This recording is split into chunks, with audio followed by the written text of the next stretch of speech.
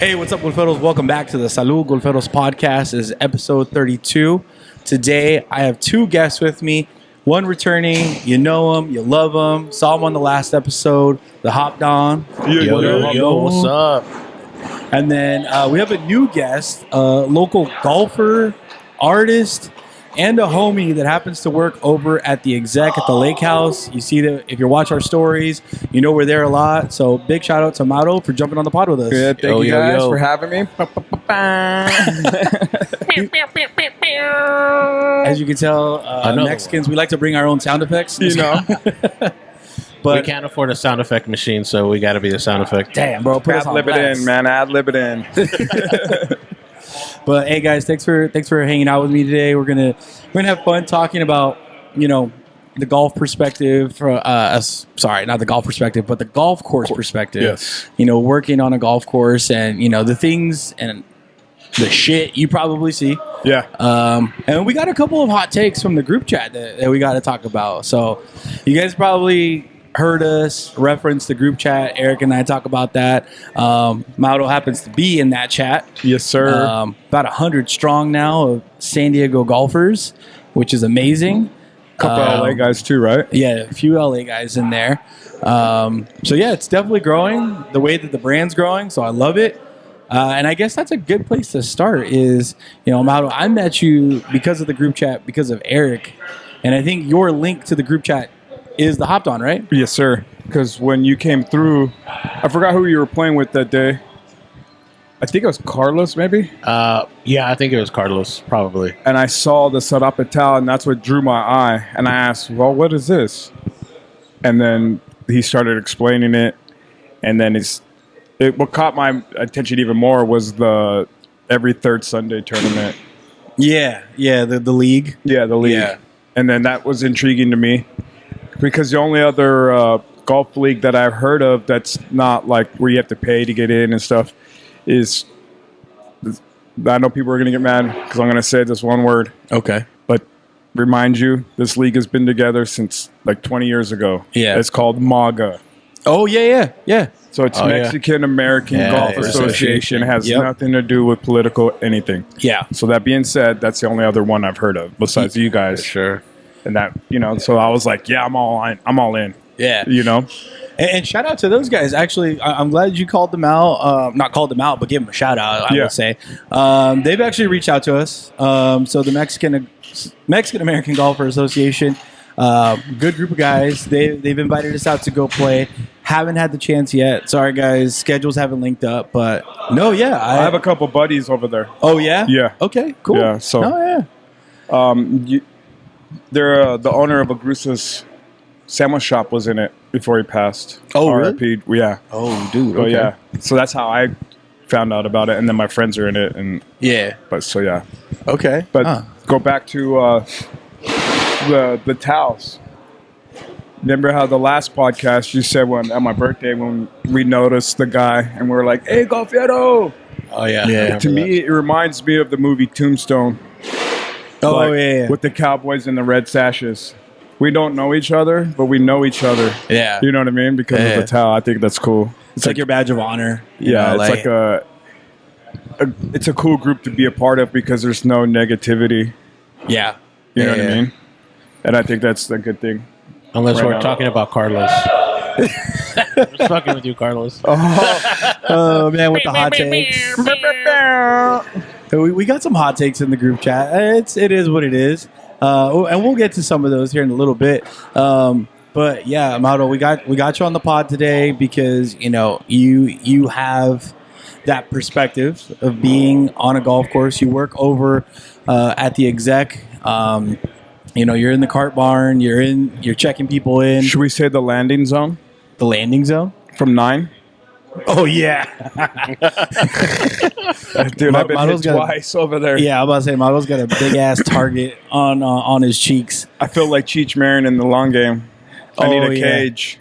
And he's rocking the cage. Yeah, no. What have you been pegged twice? Yes, sir. Yeah. Right in front of the pro shop entry, loading a bag for a customer, and right on the fly, right to my left shoulder. That one hurt significantly bad. But the other one, I was walking to go help people clean out their carts, and I took one to my right buttocks. I felt like Forrest Gump. I damn near went to my knees, and I was like, "Oh!" And the funny thing is, they denied it. What? They said It was from the drop zone on 9. From the drop zone on 9. Bro, that's like... Wait, what? That's like 20 yards from the green. That's almost nearly impossible. Dude, it came straight at me, bro. And they were like, "That wasn't from me." I was like, "Who was it from?" Yeah. They did a U-turn from 18 or a U-turn from 1? Yeah. Yeah, that was bad. That's... God, yeah, dude. but That's insane. The other thing I would like to reference on was about the cart barn is guys in the tipping. Remember when I brought up the tipping situation? Oh, yeah. So, like, it's funny to us cart barn guys because sometimes we don't get tipped out from the guys in the pro shop. Okay, yeah. So people will tip them and they're taking your money, right? So you tip them. But you're not tipping the guy who's cleaning up after you. Yeah. Right? So like there's people who bring candy, chips, banana peels, cigar ashes, beer. Yeah. We have to clean it to get ready for the next customer. Yeah. It's like we're wiping the person's ass after they're using the cart. And it's like, "Oh, but I already tipped the front guy." Yeah. Because he took my money for a green fee. Yeah. Does that make sense? Like, it's like when you go to a restaurant, you're going to tip the hostess, but not the server or the guy who cleans up. Right. But don't they usually at restaurants, like if you're even like the hostess, if you're like the server, or if you were in the back at the end of the night, they all split the tips? They should. Right? Yeah. But it's not in the golf industry. Not in the golf industry. It's up to the discretion of the guy working in the pro shop whether he wants to tip you out or not. But it's not. It's not a rule. Yeah. So there's no tip pulling. Okay. No. Yeah. Only within the cart barns. So like at the big course, there's 2 guys on staff usually, right? Yeah. And they have about anywhere from 60 to 80 carts, and some nights they only get $4. Gosh. And sometimes when a tournament goes out, and they sometimes borrow carts from us, and then that's how many carts they have to clean. Yeah. Right? On top of picking the range, on top of going out and getting the tables, the canopies, and everything. Yeah, it's their job. Yeah. Right? But at the same time, they have to clean up your trash. Right. Yeah. Like if it's a normal cart, like where it's just a little bit of dirt, like where you just spray it off real quick and then you can get it back in line. Mm-hmm. But if you're taking 5 minutes to clean someone's trash, doesn't that entail a tip? So, yeah, I agree. Yeah, it does entail a tip. Yeah. But I'm also like, in my head as you're speaking, I'm thinking like, so there's 2 issues. There's 2 issues there, right? Yeah. That I'm seeing. Right. One of the issues is obviously the cart bar people are not getting tipped. Right. And they're cleaning the carts. They're like getting rid of all the trash so that the next foursome, whatever that comes in, the next group of golfers has a clean cart. Yeah. But also like I said, the other issue I see is that like the guy only gets a $4 tip throughout the whole day. Like he only made $4. Well, is that another issue where like you should go up to like the clubhouse and be like, "Hey, how much did you guys get? And why am I not getting that?" And then they throw it in their face to where like, "Oh, we've been here X amount of years. Right. We've earned this." Yeah. Type of thing. It's a like hierarchy. Like, per did they se. step up from the cart barn to the pro shop? Is that what they're trying to say? Yeah. Like, they paid their dues and now they get to get tips? And they say it's your fault you didn't get tips. You didn't clean clubs. You didn't give the top-notch service. Yeah. Okay. You know what I mean? And that's another thing that I want to address. Cart barn guys nowadays don't know how to be a cart barn attendant. What do you mean? For instance, when you come up, they should be cleaning your clubs, offering. Yeah. And it's up to you to say no. Okay. I don't want that. Yeah. Right? Yeah. They're not even Yeah. offering that anymore. Except for some country clubs like Madeiras. Yeah. Dude, they're locking you into tipping, Right. bro. You Oh, show yeah. up in a cul-de-sac, they're pulling your clubs from your car Yeah, from before your you trunk. even get. You know what I mean? Yeah. And then they're at the turn. You pull up to guys. Two guys jump on your clubs regardless. They're cleaning clubs. Yeah. At the turn, two guys are cleaning your clubs, and somebody's handing you a At towel. the turn? I mean, at the end. I'm sorry. Oh, said I the was turn. like, dang, at the turn, turn, too? and then at the end. Yeah. They do it twice to you. Okay. And Yeah. but at the end, someone's handing you a towel, like a hot eucalyptus towel to clean your face and stuff. Yeah. That Oh, that's service, nice. right?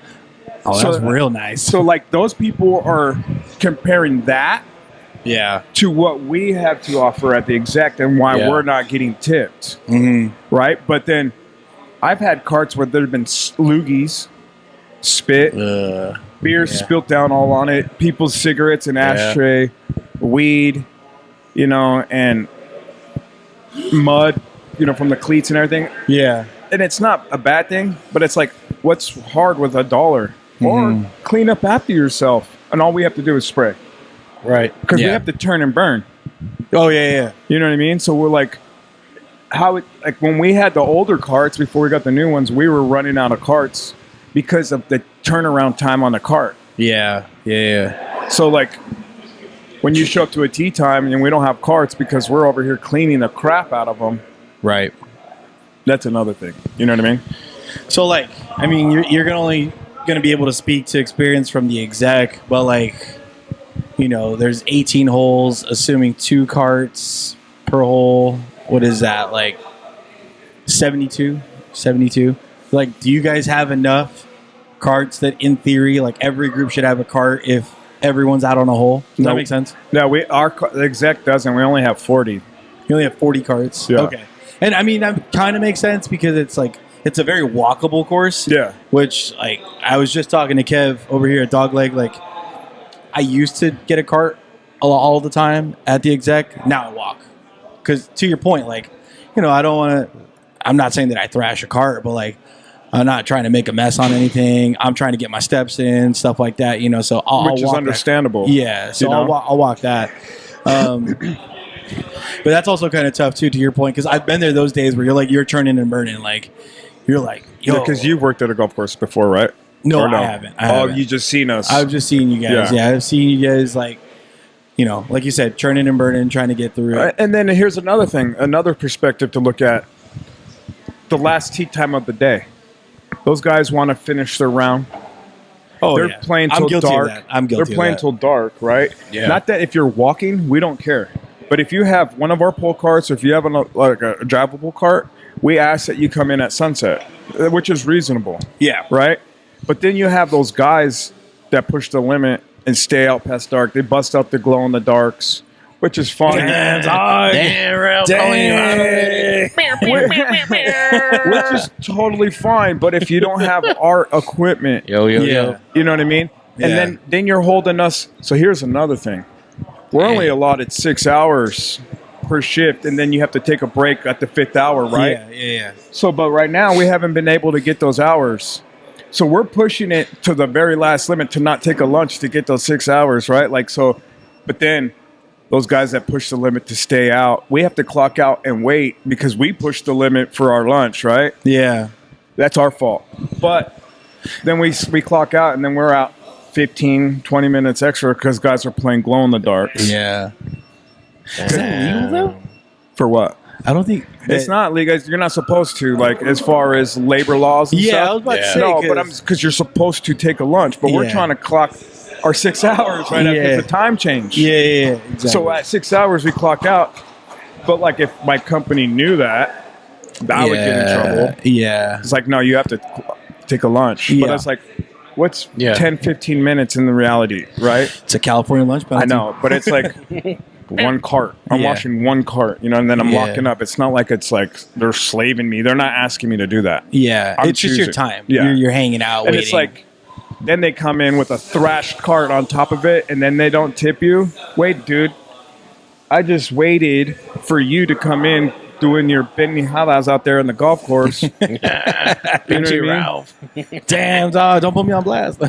We are. But you get where it's a Yeah. No, it's a- yeah, I it's a get thin it. line. We Yeah. want customers to come out and play to the very thin, but respect us too. Yeah. You know what Yeah. I mean? Respect our time. Yeah.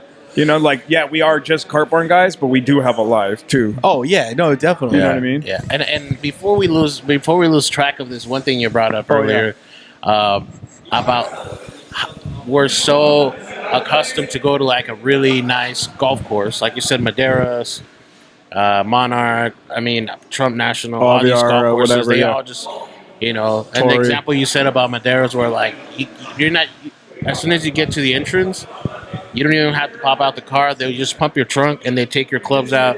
Yeah. And they set them up and everything. And so, and I told you I'm kind of guilty of that because I'm like, well, yeah, these motherfuckers just took Go out above the and clubs. beyond, They yeah. go above and beyond. And so, and so when you get to like a executive course or even like a regular course, you don't really see that much because like, I want to say, you know, there's this misconception of like that someone that's playing in that course has money, and like, and then you're like, and so if you're a cart barn, if you're like a cart guy, like you're like, this motherfucker's gonna tip me really well because he's fucking paying like what Madeiras is like $300 a round or Yeah, something. the Twilight's like 180. Yeah, and they're like, yeah, I'm gonna do that. So I can understand that, but also that's the misconception. Then you go to like a regular golf course that they don't do that, or you go to the executive, in this case, what we're talking about. Yeah. And they're just like, well, fuck, dude, like, I'm not gonna tip, you know, or like you said, they tip already in the clubhouse, and they're not tipping over here. And Yeah. so I think that's one of the misunderstandings, or like, you know, the guilty thing of like thinking that because it's not a high end course that there's not someone cleaning your cart at the end of the day, right? Yeah. There's still someone there. Still customer service. Yeah, there's still Yeah. customer service in there, and I think I mentioned this in the group when the topic was thrown in there that I was like, yeah, like I'm guilty. Like if I go play a really nice course, like I feel pressure to stop at the bank and take out $20 Yeah. and then get some change so I could tip them, because even for me, like when I go to those courses, I feel like, man, I don't think I have enough money to tip, you know? Like, I never carry cash. Like, Yeah. First of all, unless we're doing, like, side bets or something, which I rarely do, like, But it I don't has, carry like, cash, Venmo. right? But Yeah. I do go to, you know, if I'm playing one of those high-end courses, I'll take money out. But, yeah, and so I think that's the other thing, right? So whenever we're playing those high-end courses, we feel like we got to tip because they're going out of the way. But at the end of the day, like, the fact that you're still getting a clean cart, whether you're at executive, at a regular, Or a muni, high-end, yeah. whatever, is there's customer service in there, like you're saying. You know, and it's like for instance, like if you go to a 5-star restaurant, if Yeah. you go to a sit-down restaurant, like let's say if you go to like a Vigilucci's, or if you go to a Cheesecake Factory, or if you go to a Marisco, are you tipping differently? I mean, I'm tipping like percentage wise based off like what I spent on the meal, And like the you also 18%. and then you also judge on how the customer service is, right? Yeah, A little bit. Yeah, there's always yeah, gonna be there's different always- variables because Right. you think Yeah. about it. So like to your point, like if I'm going to a fancy Italian restaurant or whatever, or I'm going to the hole in the wall Marisco spot, I'm paying maybe $40 for a dinner at one, and then the other one I'm paying $200. Because of what tipping culture has become. Yeah, I'm like, okay, I'm giving you 20%. But honestly, though, like sometimes that Marisco's place that I'm going to and paying only $40, they're probably busting their ass more than the person at the fancy restaurant. Yeah, That's so true. I get what you're saying. To your point, like you're turning and burning. Because understaffed executive, we're understaffed. We Yeah. got one guy in the pro shop, one guy outside. Yeah, Mariscos, they got one cook, one waitress, one cashier. yeah. The higher ends, they got the, this, that, the More staff, more resources. Yeah, more money Yeah. to put to fund, and because the more you put out, the more you give out, yeah. or you get back. And it's which is totally understandable. I'm not like knocking it, but it's like, but at the same time, the exec, we do way more. Yeah. Oh, yeah. And especially too because, like you said, the key term churning and burning. It's a smaller course, so you have more people cycling through it as opposed to like we have 9-minute tee times. exactly. Yeah. So And- that's a good way to go into the next Yeah. segment on tee times. Yeah. Some courses do 7. Yeah, that's crazy, bro. The Welks. 7. The Welk does 7? I don't know if they do 7, but it feels like Have they might you do ever 7. been there where it's not backed up? No, that's what I'm saying. Yeah, that's it true. feels like That's true. unless you go out early, if you're one of the first Or teams, the very last one. or one of the Yeah. last ones. But yes, that is 100% the feeling I get when I play it, and it's like I get like even like a 9-10 o'clock tea time. For like some there's reason, people lining up. JCs are a 7-minute, I think.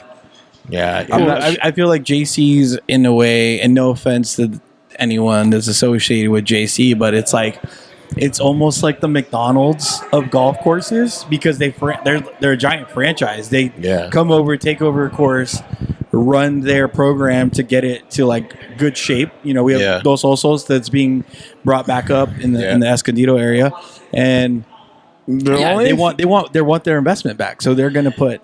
And with way more golfers out there for sure. Oh, but yeah. they also have, I believe it's the best deal in San Diego for membership. The JC card. Yeah, Yeah, but the thing that is rough, though, for a non-JC member and a non-city resident, like for Encinitas, let's say, yeah. if you're a city resident of Encinitas and a JC member, you get how many days in advance to book? I think they get 10 to 14 days. If you're what? Sorry. If you're a member Encinitas or Yeah. resident, a resident. and Or a a JC JC member. I may be completely wrong, but it's probably like it's 2 days or 2 or 3 days earlier than regular. Yeah, so like 10 Yeah. about 10 But days. see, when total. you're a resident, though, you get even longer or even more time.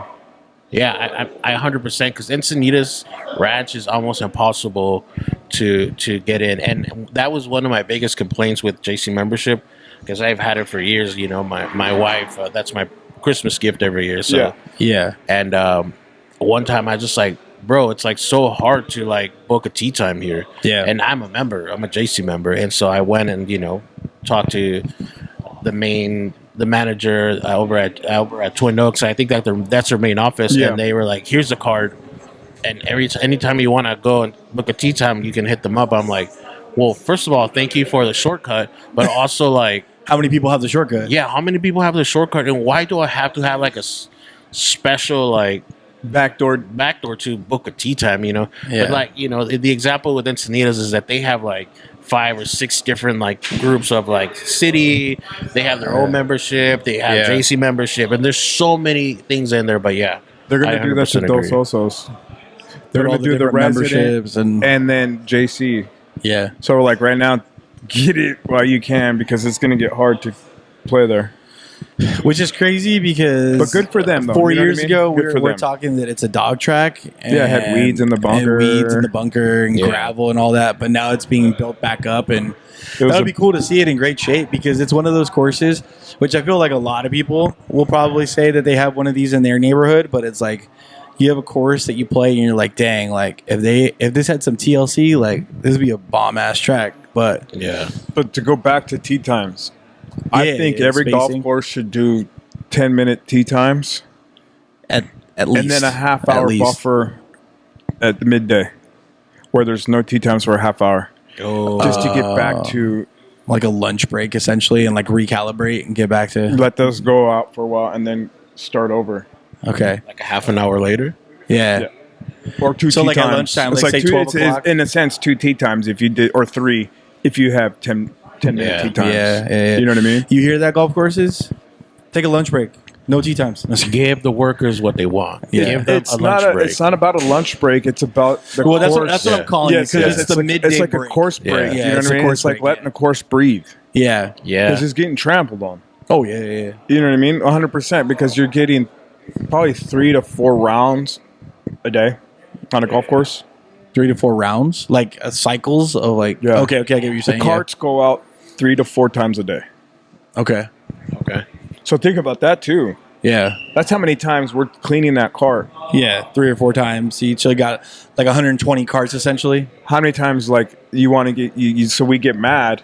How many times we have to touch the same cart, clean the same thing, do the same thing, and work for nothing? So I'm gonna play devil's advocate here. Okay. Because let's do it. you do have to put up with a lot of shit, clean these carts out. So fuckers, Yeah, I'm calling you out. If you're listening to this podcast and you're one of those that trashes a golf cart, you're a dick. Just even in general, if you use Yeah. a golf cart, Yeah. $2. Yeah. What's $2? You know what I or mean? tip, yeah, Yeah, it's but like- but to let's help the cause out a little bit and don't trash your golf cart. But what I was going to get at with Devil's Advocate, and this is a big argument that I feel like a lot of people bring up when it comes to the golf cart. Golf cart fees are getting insane. Yes. I remember Yeah. when you could go and they'd say, "Hey, it's $20 for the golf cart." And if you're just riding by yourself, it's $10. If the other guys come in, it's another $10. Yeah, you split the fee. Now it's like you can go to some golf courses, like it's $35 with or without a second guy. So if I go and I want to ride the golf cart out, like So they're both paying $35 for the cart? yeah. Yeah. That shouldn't be. There's That's some insane. There's some golf Yeah. courses. That's I would they say should be it's more- split between two people. I would say It's a cart fee. Yeah, Yeah, I know there's a movement out there trying to get that to where, like, why are you paying like a full cart fee if it's if, only like- you. Well, no, a full cart fee if there's two people in there, right? Yeah, so, so we don't instead do of that. being one person doing $20, let's say, if there's two people, then it should be 10 each. Yeah. Not like the other person also paid $20. No. Yeah, dropping Yeah. more money on it. No, that's ridiculous when they do that. We don't do that at our course. And so, but what I was going to go with as far as being devil's advocate, because we're talking about, tipping culture just in general is getting out of hand. Like, I get a cup of coffee in the morning and somebody wants me to tip them. And it's like, well, I'm already paying you for that. Another conversation. So, but people are coming into golf courses already Yeah. feeling some type of way about tipping. Then we got to pay this cart fee, which is, as we're saying, excessive. So are you trying to say that you're not getting any of that cart fee? No, And why not? that goes Like, to the where's course. that money? Where's that money going? Well, because it depends. Like we just got new carts, Yeah. so that's going to the GPS monthly bill Okay. because we got the geofencing on it, Right. The GPS. So you have to pay a monthly bill of that, and that's hefty. Yeah. That's for 40 carts. We had to install all these, like, I guess receptors or whatever you. I'm not that really IT guy, so every time they pass on 9, they're getting a signal, and it reboots really quick with information. Yeah. We had to pay for all that to get installed. You know what I mean? But at the same time, it's keeping our course in better shape to keep the carts off the grass because it's an exec. fairways and all. Yeah. You know what I mean? Yeah. And I'll play devil's advocate. I think the carts ruin the game of golf. To be Okay. honest with you, because Yeah. when you ride in a cart and you hit a bad shot per se, when you're walking it off, you're walking off that anger or that bad shot, and you're assessing your next shot by the time you get to your ball. Like a good cool down time. Yeah, when you're in your cart, you get to your ball, you're still mad. Yeah. Yeah. And then you got a dum-dum next to you trying to chirp in your ear, tell you how to hit your shot and what you should have done. everybody's a golf coach. Yeah. You know? I'm one of those guys. But like when you walk No, it, you don't yeah. have any of that. I think as in the latter years of me playing golf, like I walk a lot more now. Yeah. But I do have to admit that like walking just even allows you to read the course better. Yeah. A lot of the times you hit the shot, even if you get a good shot, you jump on the cart and then you're off to hit the other ball. You get to the ball, and aside from you looking where the pin is at, and then you just hit. Yeah. And so we talked about this. We talked with Ralph, like taking your time, and what walking does. It allows you to do that. Take your time as you're walking, and then just like feel the course and like look how far you're at. And yeah, I 100% agree. Like if you start walking more, like ideally it should work better for you. But at the same time, not every golf course is a walking golf course. Like our big Nah. course isn't. Like from 1 to 2, the green to tee box on 2 is like 200 yards. Oh. Oh yeah. I know what you're talking about. You know what I Yeah. mean? It's Yeah. so far. Yeah, And would if say- the I car would came say- up on you, Yeah. you know what I mean? But I think because in Europe and like a lot of the courses out there's no carts. Yeah. No matter how big they are, you They're walk. buggies, you walk. bro. Yeah. Buggies. And that's Trolleys. that's where I shoot my line. That if you want to start walking, I got a lot of golf caddies, Oh, I electric know. caddies. If you need one, let me know. Hey, like I we got talked you. in I'll the hook last you up. episode, guys. The HopDon's a flipper, bro. He finds all this Yeah. stuff and be flipping it. Yeah, I buy it for like $10, sell it for $1,000 or something Yeah, like that. Yeah, I but got me a nice I one. got now. you. I'm still selling it for 75% on the retail. So I got you. This guy. Anyways, What Well, you, an what you were electric- saying though, the one that follows you. yeah, oh, I want one of those. I don't have the one that follows you. Oh, yet. you don't have the stalker no, yet? No, not yet. he'll find it. He'll Yeah, eventually. yeah, get it. that's gonna. I'll find it. Well, if Yeah. you sell 10 of your Scotties, all 10 of them, you can afford it. Yeah, I probably can sell. One even. Yeah, I was gonna say one Scotty. Just one. Yeah. Yeah. And just buy one of those. I kind of want one of those, but yeah, my wife's already pissed that I have like a. I think you should just get the motorcycle golf cart. But here's the thing, Oh, the though. fat scooter. But yeah, but here's the thing. Not all golf courses allow you to bring them. So yeah, that's another thing.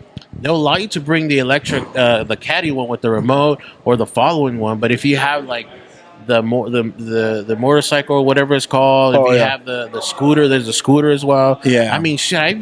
I have a thing to set up on my. I have an e-bike. Like, why can't I just bring my e-bike, set my golf bag on it? Oh yeah, I've seen Yeah. you So set up. why can't you do that? And so that's the other tricky thing, right? Like if you invest in that, you got to make sure you're either a club member at the golf course, or make sure that they allow you to that. Yeah. That being said, we're going through a little bit of controversy right now because since we got the new carts and with the geo fencing and everything, we're having the private carts pay a trail fee Oh really? because we can't control them, Yeah. and they're getting in an uproar. Yeah, because that's a good one. The Lakehouse, that area, there's a bunch of dudes that have their own carts. Right, so they pay 600 or something. I don't know, That's messed up. whatever at the big course, and now that they're going to have to do it at the Exec. But at the same time, they're yelling at us, and this is not. What do you guys think you are? Some resort? And we're like, we are the Lakehouse at Links at Lake. Technically, you are a whatever. resort. Yeah. But what other golf courses have you been where you've seen a private golf cart? What other golf courses? I think the Lakehouse is the only golf course I've ever seen where like you can bring out your own golf carts. When I used to live in Rancho Bernardo, I lived right on the street the by inn? Bernardo Heights. Oh, never mind. And But so that's the country club or the Rancho Bernardo Country Club. no, it's called Bernardo Heights. Oh, Bernardo But Heights. yeah, the Rancho Bernardo Country Club does that as well. But Bernardo Heights is also kind of like a country club, and so they could allow But non-country club, non-country club. Yeah, I don't know. private or public. Sorry. Yeah, I can't think of another one. I still like I guess I would be also pissed that I have to pay a trail fee. Like I'm bringing Does my own Boulder- cart. does I'm Boulder cleaning allow my you own to do it? cart. No, Boulder doesn't allow you to take your own. Vineyard don't, Arrow don't, Muni don't, Yeah. Twin Oaks, Encinitas, Crossings. No one does. But No that's one what I'm does. saying. Like, Nobody. if you do have a golf cart, if you do buy a scooter, whatever You the better hell find it out is, the rules. you got to find out the rules. You can't just buy one and be like, yeah, they're gonna I'm gonna allow bust this. it out and Yeah, so I get that, but I also, going back to the trail fee, I think that's BS.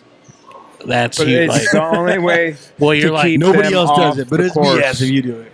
Like, so that way, Yeah. if you're charging them a trail fee, right, they're gonna respect the course. You know what I mean? Will it though? Like once again, playing devil's advocate. If I show up in my private golf cart and I Yeah. have to pay you to use Yeah. my golf cart here, I'm taking that bitch everywhere. Why? Why can't you just keep True. it on the cart path? Why? Except for the par fours. right, but what we're saying is that like, if you're paying to drive your cart in at the golf course, Yeah. then But You're you're not gonna keep but you're them missing from- the trail fee. That's not golf cart fee. Like it's a Right. trail. Like you're staying on you're the paying cart to it's stay on the it's cart like path. the toll roads. Essentially, you're paying the toll. If not, you could pay for one of our carts. But that's the thing, though. Going back to your point, you can't control them. There is no GPS tracking. right. And I'm just saying, and I'm not saying that I would go right onto the par threes and stuff like that. But what I'm saying is that most, let's be Yeah. honest, it's a majority of guys out there. There are women on the golf course, and we love that you're out there. But it's a lot of dudes out there who'll be like, "Fuck this! I'm paying. I'm gonna ride this all Bro, the way out to my yeah. ball." And Before we got the geofencing, we would see some guys who are capable of walking 15 Yeah, they feet, just ride 15 up. yards Yeah. to go hit your ball. And they drive their Yeah. cart and they're all up on the slope and Yeah. damn near rolling the cart. yeah, You know what I mean? It's like, You want a funny side story? Talking about rolling the cart. uh-huh. So about 3 years ago, Raul, the guys, and I, we had a Thanksgiving round out, and I needed it to be in the middle. I couldn't go all the way up to LA because I was going to celebrate Thanksgiving down here. And we went to Riverview out in like the Irvine area. Yeah. And these dudes are teed off in front of us. It's cool. We're like, all right, whatever. Nothing wrong with that. Just a casual day. We get about 6 holes in by the time we realize, like, dude, these guys don't know how to play. Like, they don't have golf etiquette, anything like that. They're cutting across, like, par threes, stuff like that. So that's not really, like, our business and whatever. Yeah. But where it got really funny, really, really funny, is that course has a wash that plays as, like, a bunker, like a long bunker. And their ball went onto the opposite fairway, the oncoming fairway. These dudes, instead of going around the wash and getting to the other side or walking, honestly, it would have been faster to just walk. Yeah. They decided to go through the wash and got stuck. And I'm talking like 6 dudes out here trying to push a golf cart out of a wash. Oh my gosh. Anyone that's been following us long enough has probably seen that story. I probably should find it and repost it. But these guys were just like trying to shove it. And all it's this probably stuff. going beep, beep, beep, beep. Because, you know, like when you... Yep. All you have to do is lift the seat, flip the switch to toe, and then you can push the cart. So There you easy. go, guys. Oh, no, sorry. There was no Cart geotracking on these. No. It doesn't have to have geotracking. Oh, okay. So, like, Yeah. when you go on a golf cart Yeah. and it's in run, you know when you... Oh, yeah, like, the toe. and it starts rolling down Yeah, by yeah. itself and it starts beeping. Beep, beep, beep, beep. Like if it moves by itself, Mhm.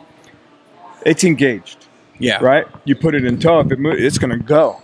Okay. Because they're made to tow each other. Yeah. If you see in the front of a golf cart, it has Yeah. a little thing because... Little hook. Yeah, Yeah. you can tow like up to 3-4 carts with Yeah. one. But yeah, so yeah, all they had to do was flip the seat, put it in tow, and 2 guys would have got it up. Bro, they didn't know their putter from their driver. I don't think they would have known to fucking flip that thing. That was hilarious. So that being said, do you think beginners all should start with that rule of like on a par 3, par 4, par 5? On a par 3, you go to 6 shots, pick up your ball. double par. Any player. Any Yeah. player, double par. We in our league we had we had something like that, right? And Yeah. At some point, because Yeah, the we rule needed is to double move par. faster. We just needed to move faster. Yeah. And that doesn't even that.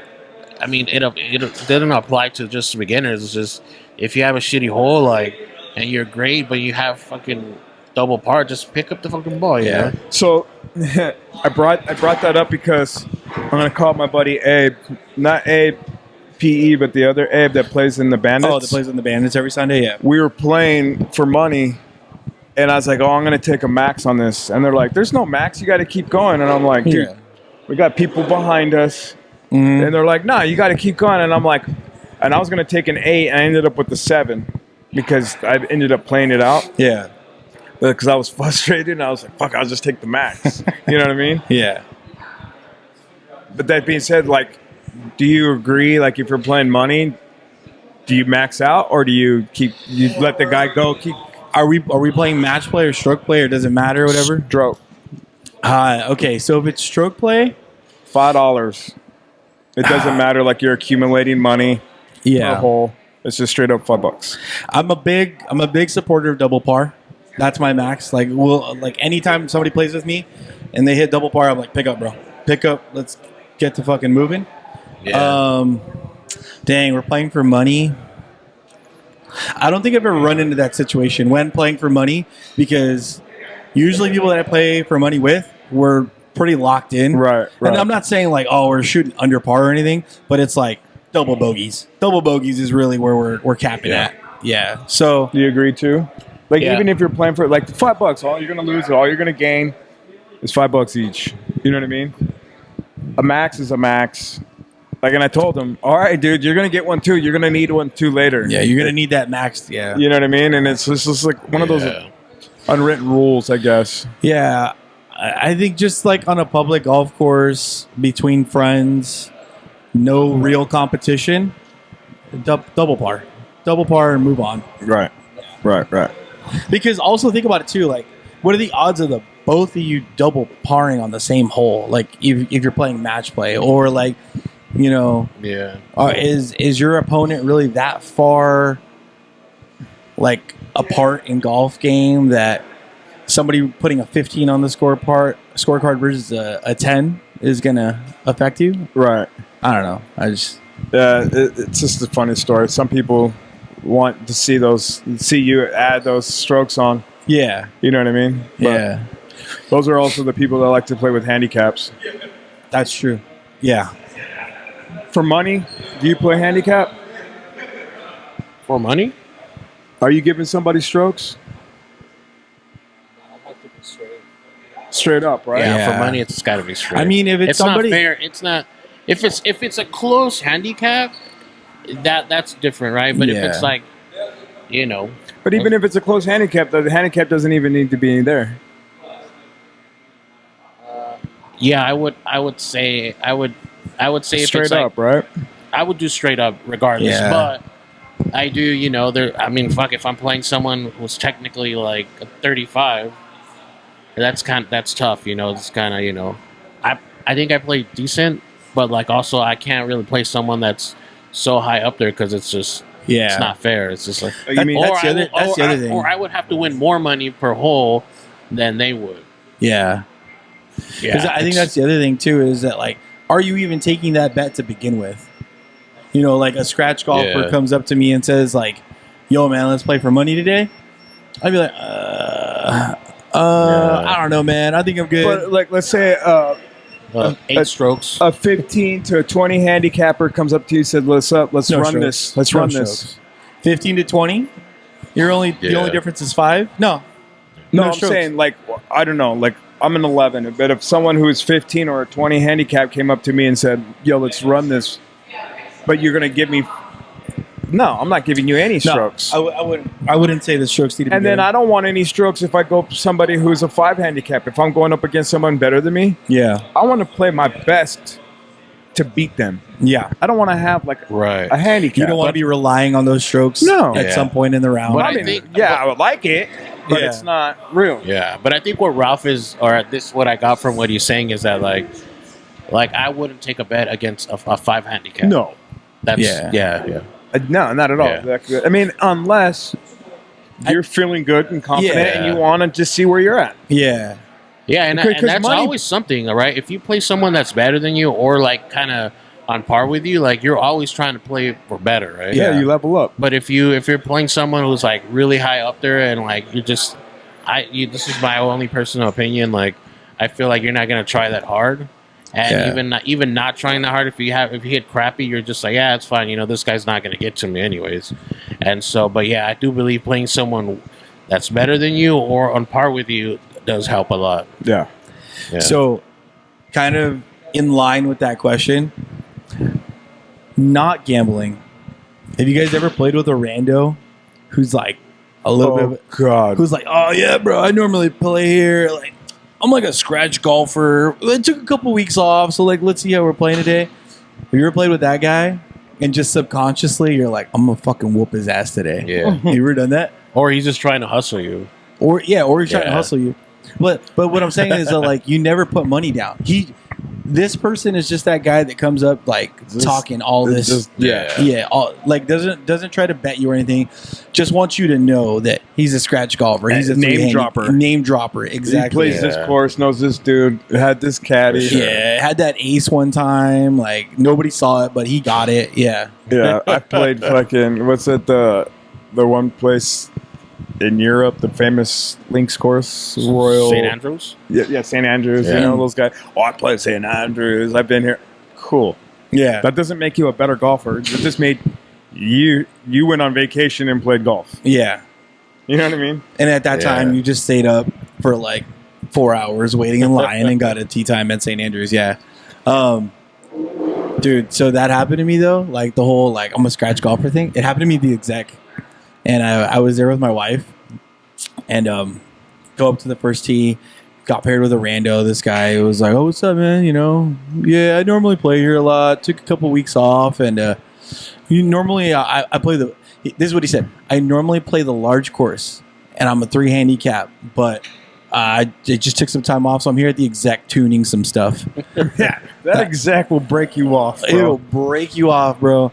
And by the time we got through with the round, I played my best golf ever at the Exec.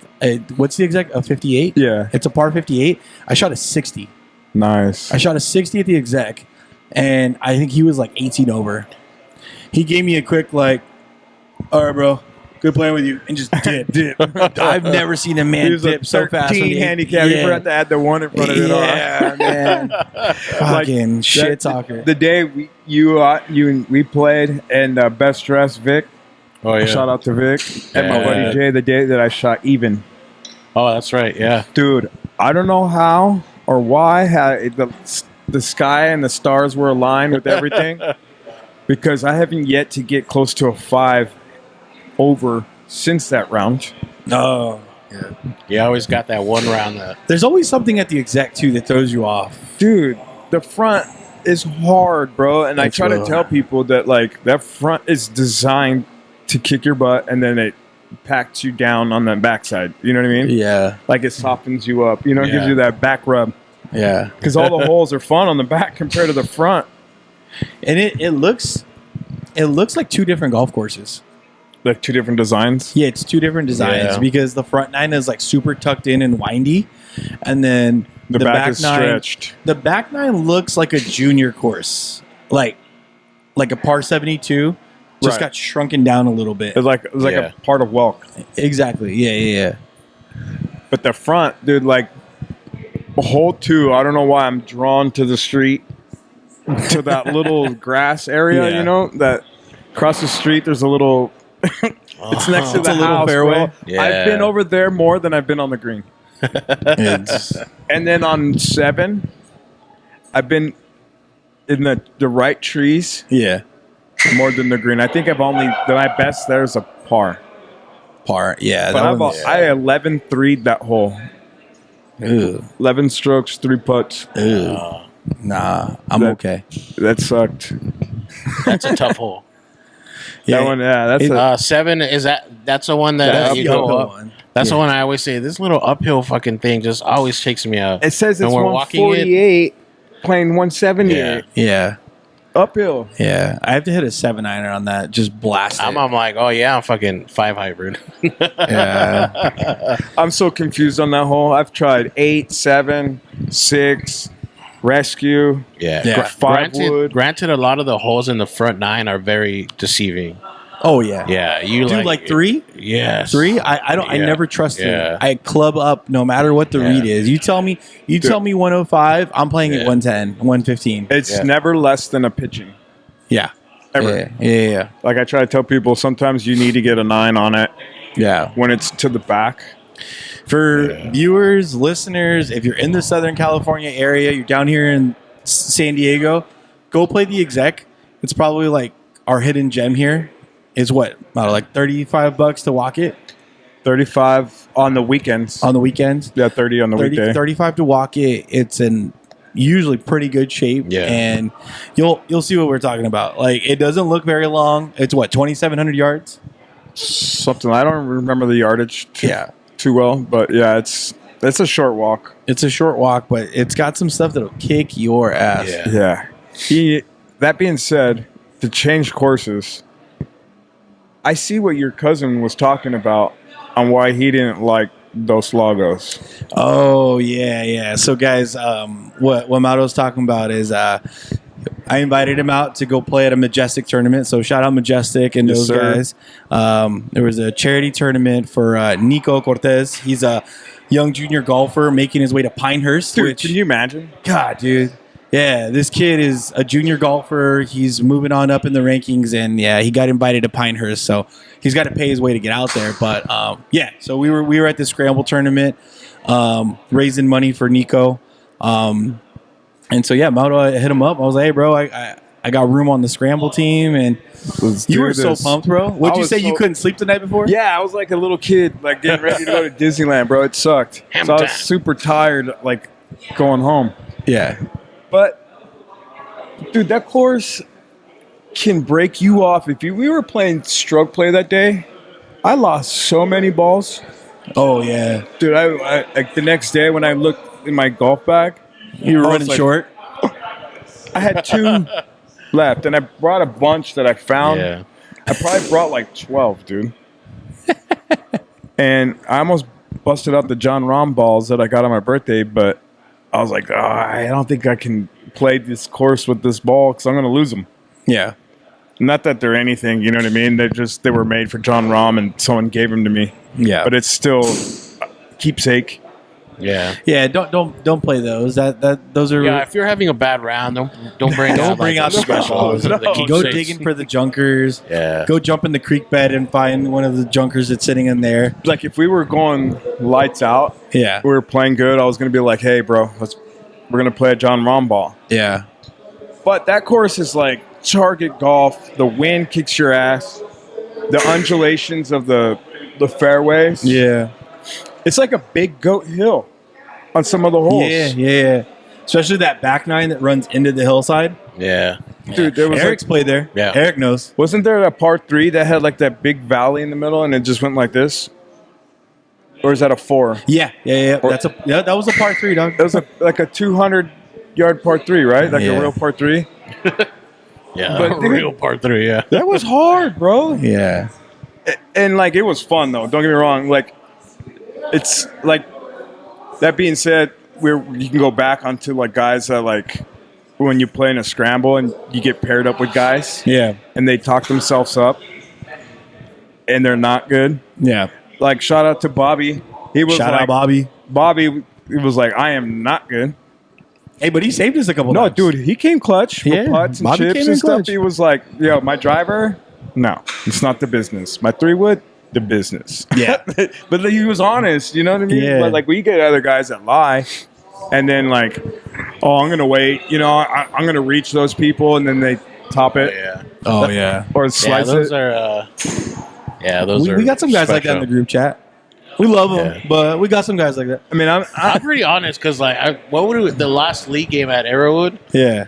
like a Scott and whoever else, I forgot who else was in our foursome. You had Carlos. Carlos, and they're like, oh, like Scott was like, what are you guys waiting for? Is like, yeah, we're gonna hit them. Oh shit, I'm gonna go up then. I'm not gonna hit. Like Yeah. they were like 250. I'm like, I'll be lucky if I get 210 out of this. you know Yeah. what? What hurt hybrid. me? It was that first ball in the water when you shot because he was recording it and I saw it on the feed. You remember you finished before him because you were in the last group, weren't you? Oh yeah. I started recording Oh, you were like, stories. yeah. you had like, I forgot your distance. Bro, it was 200 yards. See, I would have Yeah. laid up, bro. Well, you know what? Before all that, like I was sitting there with Scott, Yeah. and I was talking to Scott, and I was like, 200 yards.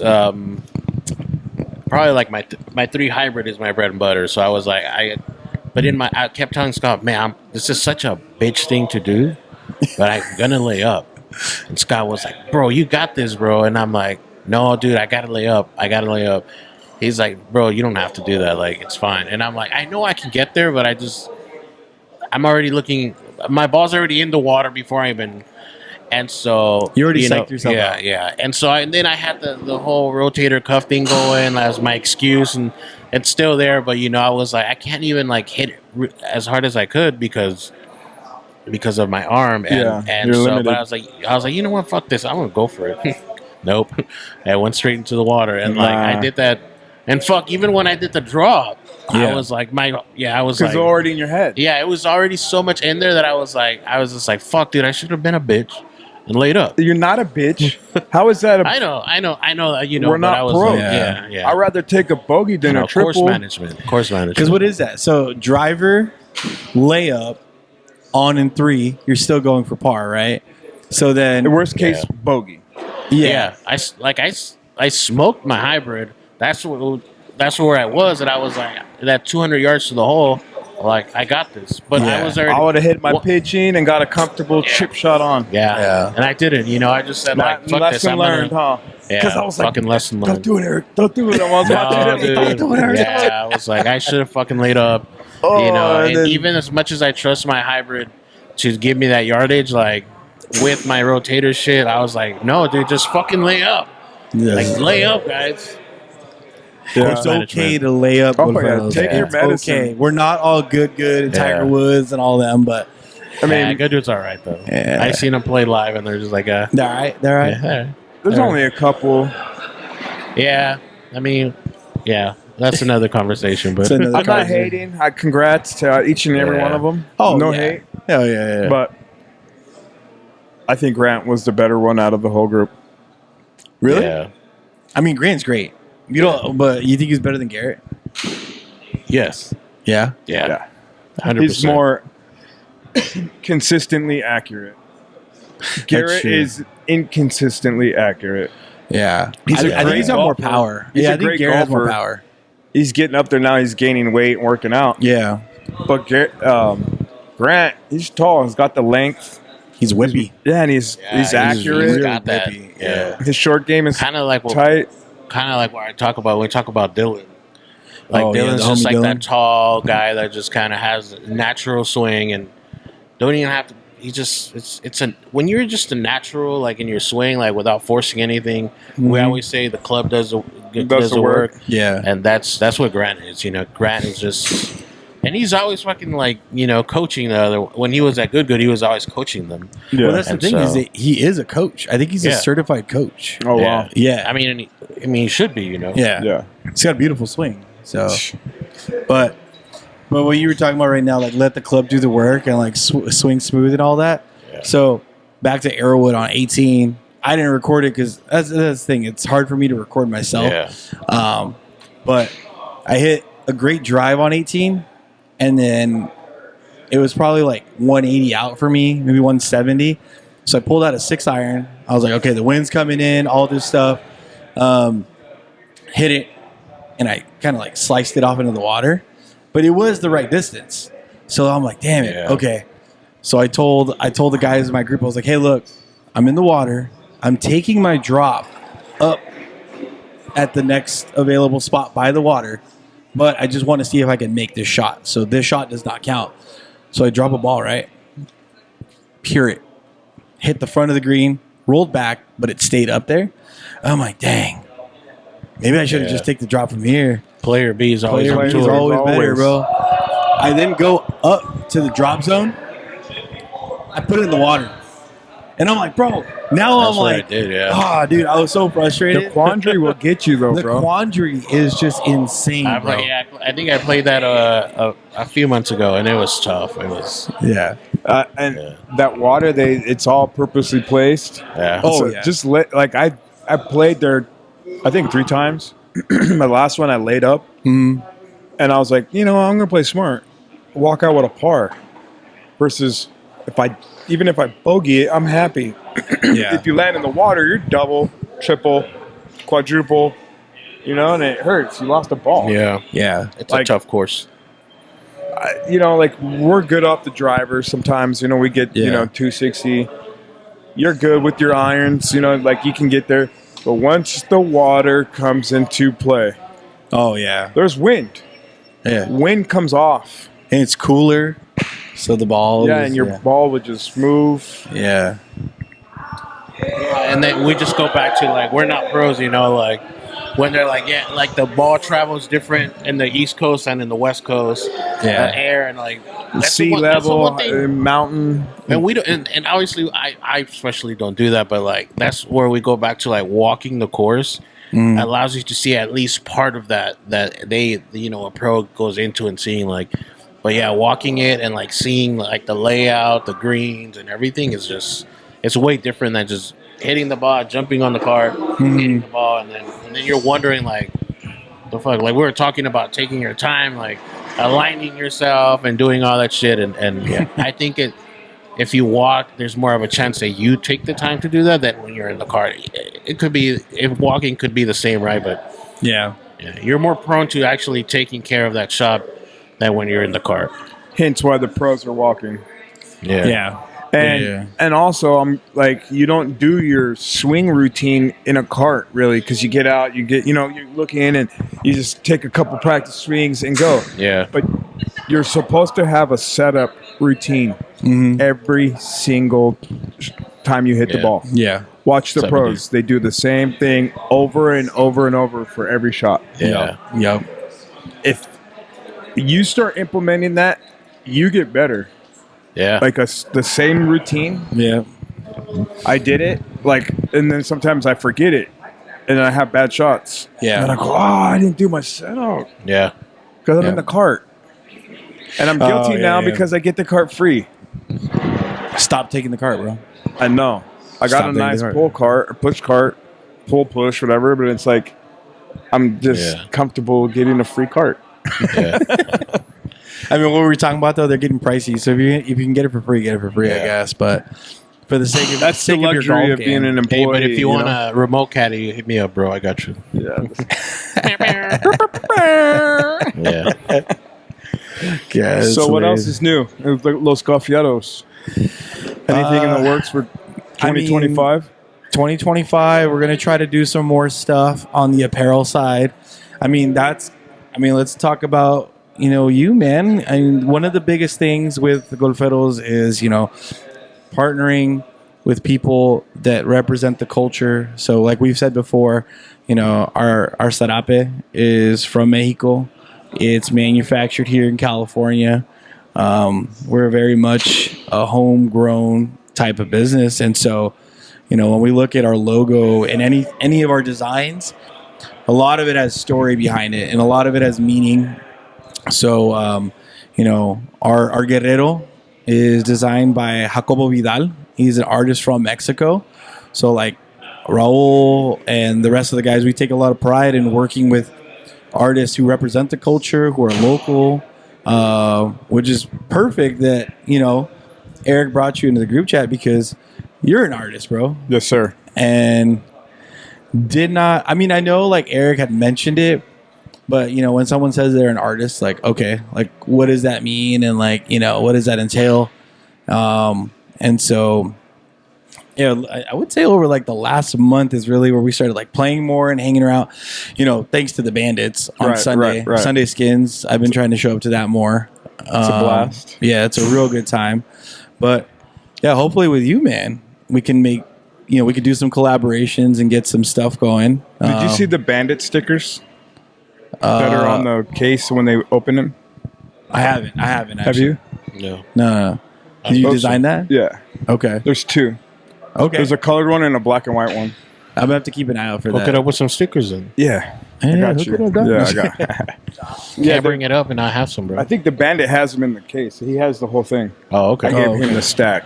Okay. I'm the Bandit captain. Sorry, Cap, the captain. shout the out bandit, Cap. The Bandit. That man runs a tight Captain ship. the Bandit. Pun intended. Pun Right? intended. Yeah, right.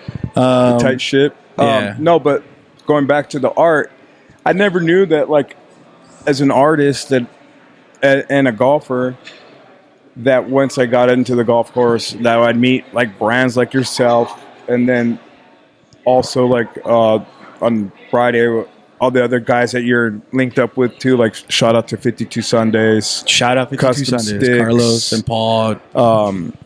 Hermanos Golf. Yeah. Who else did we come across on Friday? Chile del Abuelo. Yeah.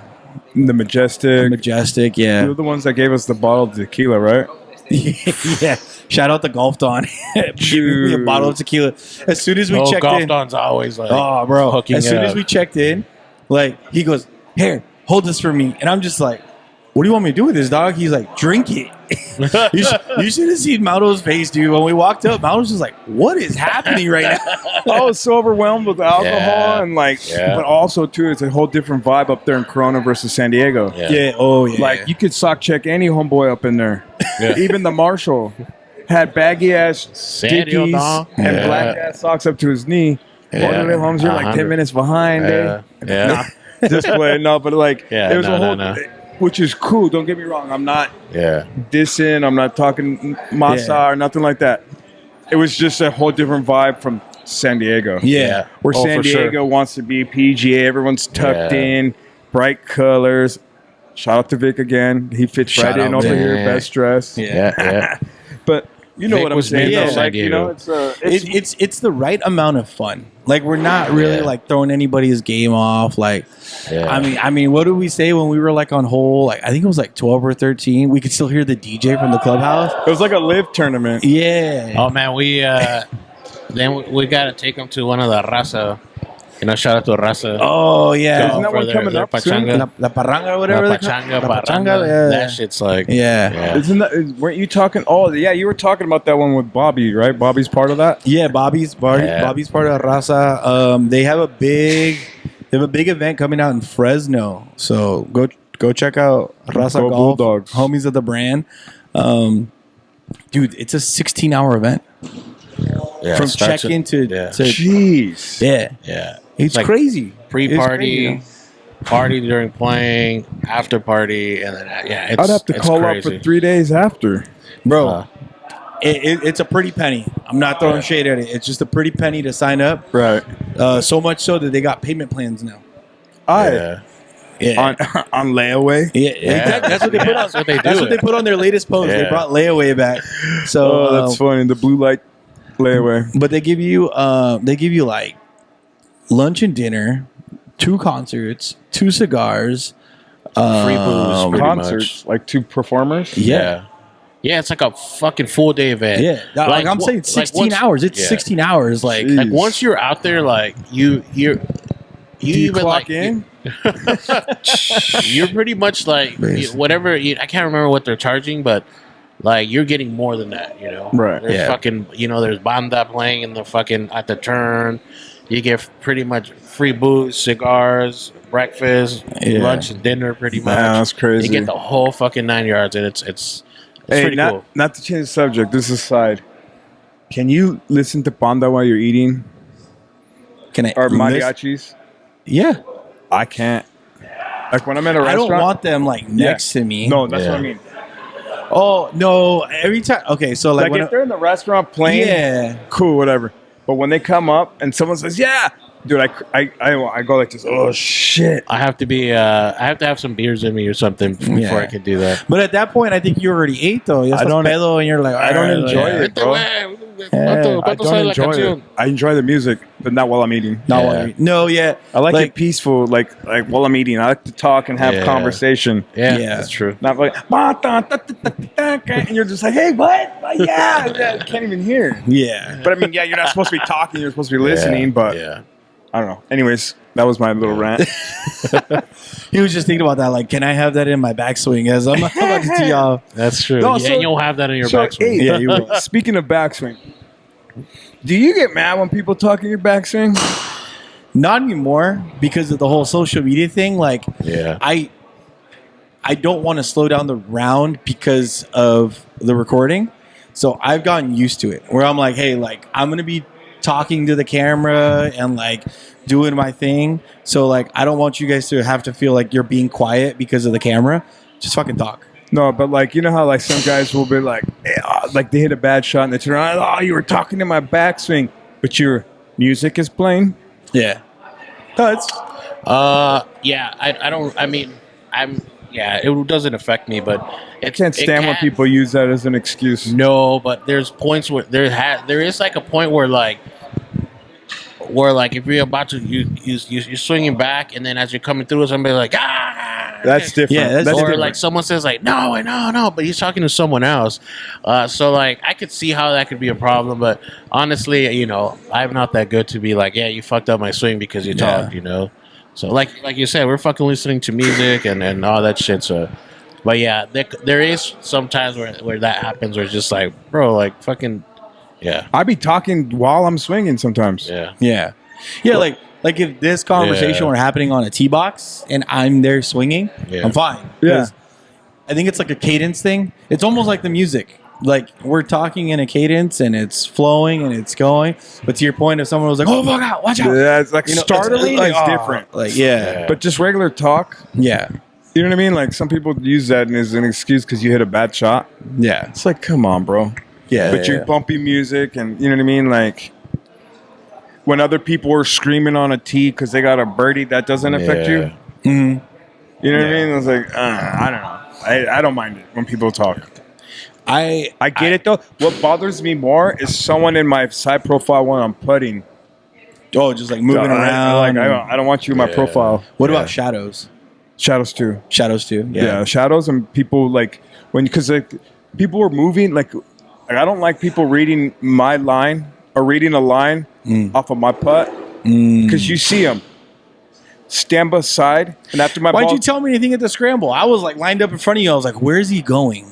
I was like, in front of me is different. oh, okay. Behind me, like because you're gonna like let's say we're playing against each other or like trying to get the read from like, his spot. but we're not on a team. Oh, okay. It bothers me. Yeah. Because they're like moving, and and I'm trying to concentrate like on my backswing and follow through. Yeah. I'm not trying to like when someone's Because moving. I was posting up opposite of him. That doesn't bother me because Oh, I don't look that way. Yeah.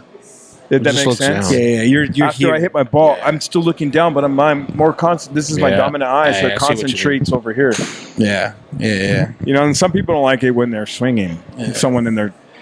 Do you have things that bother you when like you're out there swinging or getting ready to swing? Or even putting? I don't know.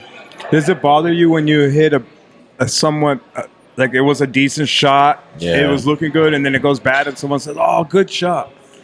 Does that bother you? Yeah, I don't want to say it bothers me, but it's just like, bro, it's not a good shot. Like, it's just a bad shot. Like, don't. Or then they go, "Oh, that was good, clean contact." Damn, like- I feel like you guys are coming after me right now. Nah. But words of encouragement are different when your homie's having a bad round. Yeah. Or like he's better than the round that he's having. Yeah. So you try to like encourage him. Yeah. Yeah, but even like encouragement should be like kept to at a minimum. Like, after every fucking bad shot, you're like, hey, don't worry about this, like you got this. And like, yeah, I think ideally, like you want to snap out of whatever you're going through. Right. But like, after every fucking bad shot, it's like, hey man, don't worry about it. Like, yeah, I'm fucking worried about it. Like, I'm worrying about I just it. fucking paid to play. Yeah. And I'm fucking having the shittiest. That's one of the mentalities, obviously that I tried to change a long time ago. Is like, we're paying bank to play. Like yearly, like the amount of money we pay to play golf, to go out there and just shoot the shit and just be like, hey, I'm just here to have fun. Like, yeah, I want to have fun, but I want to fucking improve. We're spending so much money on equipment. I'm spending money on fucking playing, spending so much money on fucking cards.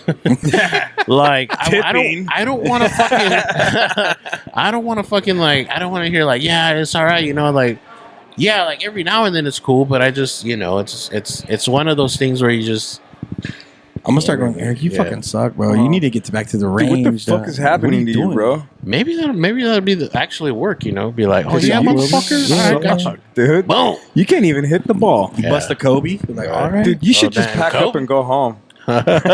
Dang. Damn. I've been guilty of almost grabbing my clubs off the cart and going home. Oh damn. That mad. See, I don't think I've ever done that. To Eric's point, if you're paying all that money though, like Just fucking people, just finish people it. that walk off like on 9, Yeah. But I'm like, bro, hear me out. Yeah. Okay. I shot a 7 over at Encinitas Ranch. The one and only time I got to get on. And then I went to the Exec and shot 19 over on the front.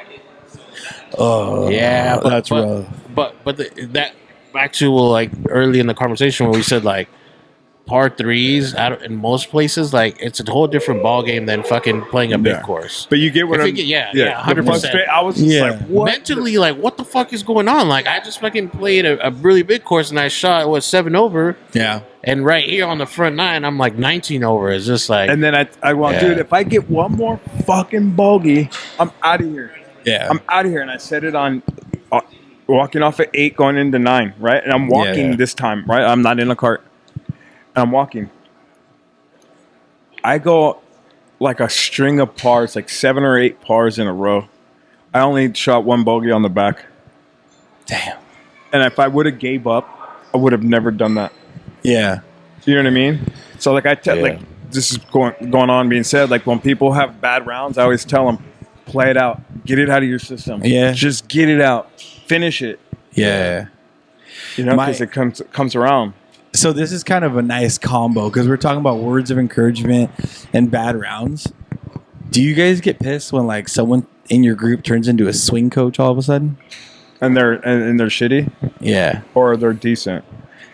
Either or. Which does does one bother you over the other? I think I'm the shitty player swing coach because I'm there like analyzing like what like for example, it's Scott. Shout out to Scott. He has a great swing. Scott. Yeah. Fucking can smoke the driver. Yeah. But like the front nine, like he was just smoking it. Like 260, 270, 280.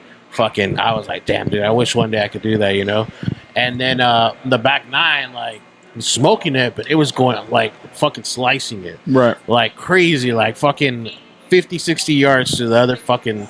And I'm like, fuck, dude, what's going on? And so I'm sitting there and I'm looking at his swing and, where he's lining up. And so I started noticing from the front to the back, he went from putting the driver here to putting it, aligning it more here. On the heel. So as he's coming in, he's heeling it. And he's like, boom. And so I'm like, Scott, I can't fucking hit my driver, but I'm noticing you're heeling it, your setup. And he's just like, all right. And he changed it and it worked. See, and so, sorry, I didn't cut you off. Yeah, that's fine. But to me, that's different though, because you're prefacing it by saying like, "Hey, man, like, look, I'm noticing this. Like, let's make a little tweak real quick. Let's try it out, and it works, right?" I've been out on the golf course where people have been like, "Oh yeah, man, you're just swinging too far out to in," and it's just like, "Well, how the fuck do you fix that? How do you fix that? How do you know, like, Yeah. And so it's like, because I'll bust a swing coach sometimes. Like, do we just when we were at the Exec with Vic, right? Right. But what did I say? I was like, "Hey Vic, like, do you mind if I give you some advice? If it works, cool. If not, I'll fuck off." Like, and I'll say it that way. And it started working for him. And I'm like, "Cool. I give you one piece of advice, play it out, implement it, and just do your thing." But I'm talking like, there's dudes who'll be like, "Hole one. Oh yeah, you just sliced that. You're too far out to in." It's like, it's the first fucking hole. What are you talking about? We have a member. That I'm gonna keep his name out. But we played a golf course on one of the league matches, and he and one of the things he was pissed about was that like every fucking hole someone was giving him advice. And so he's like, I just want to fucking play. And he was getting good advice from the other two guys because it happened to be two really good guys. Yeah. And so I could see how they were trying to help him, but then he's also like, it wasn't the same advice. Like someone was giving him, just and so he's like, just let me fucking hit the ball, like Yeah. And granted, this guy was just started playing. He was like fresh, like not even a year into golf, and so he's like, it's fucking frustrating that I'm out here trying to have fun, but also trying to get better, but also every fucking hole, like they're saying something to me. And so I was like, I completely understand, bro. Like, and I apologize to him for that what they did, but it was just kind of like, sometimes you're trying to help, but sometimes trying to help too much is actually making it worse. Yeah. And so sometimes the advice is like, hey, maybe like don't switch it right now, but like when you go home, work on it, go to the range, work on it, and then come back and try, because sometimes it's not good to like try to change it in the moment. Yeah. Because it's a whole new thing, like with Victor, he's fresh, he's not even a year into golf.